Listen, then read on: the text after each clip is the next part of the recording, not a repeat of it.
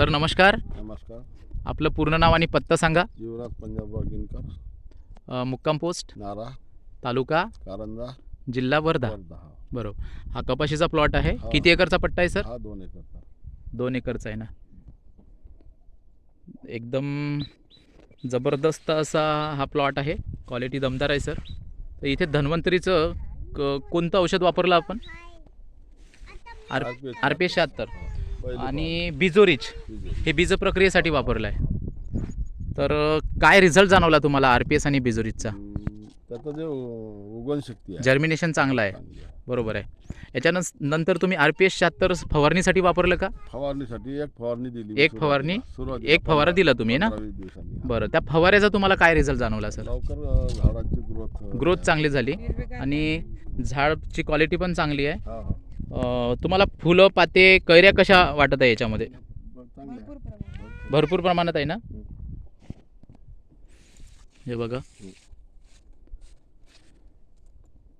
मागच्या वर्षी याच प्लॉटमध्ये आणि आज या वर्षीचा प्लॉट काय फरक जाणवतो तुम्हाला? थोडा तंदुरुस्त वाटतं, वाढ आहे. तंदुरुस्त वाटते, वाढ आहे.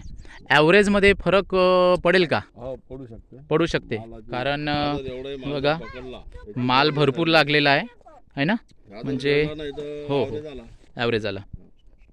कैऱ्या फुलं पाते एकदम छान आहे. हे 15 दिवस आपल्याला सांभाळायचे याला. हो सर, हो.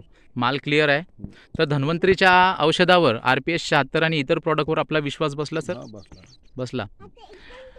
यानंतर तुम्ही या भागातल्या काही शेतकऱ्यांना मार्गदर्शन कराल का? त्यांनी वापरायला पाहिजे का RPS 76? वापरायला पाहिजे. 100% वापरायला पाहिजे. पूर्णतः ऑर्गॅनिक आहे. हो. जमिनीची सुद्धा सुपीकता टिकून ठेवणार आहे आणि केमिकल कोणतंच नाही आहे. नाही. तर हे RPS 76 कसं अवेलेबल झालं तुम्हाला?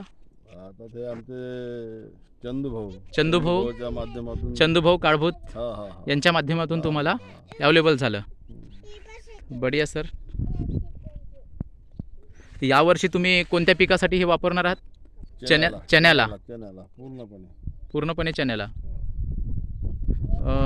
बघा, तुमचा हा प्लॉट आहे कपाशीचा आणि याच्या मानानं हा शेजारी पण एक प्लॉट आहे. तुम्हाला काय फरक जाणवतो सर? पुष्कळ मागे म्हणजे मला सांगा, पेरणीचा किती दिवसाचा फरक असेल? 3-4 दिवसाचा. 4 दिवसाचा फरक. आणि आता ह्या ज्या कपाशीची हाईट आहे जवळपास 4 फूट आहे, कुठे कुठे 4.5 फूट आहे. त्या मानानं तो जो प्लॉट आहे शेजारचा, त्याची हाईट किती असेल? 2.5-3 फूट.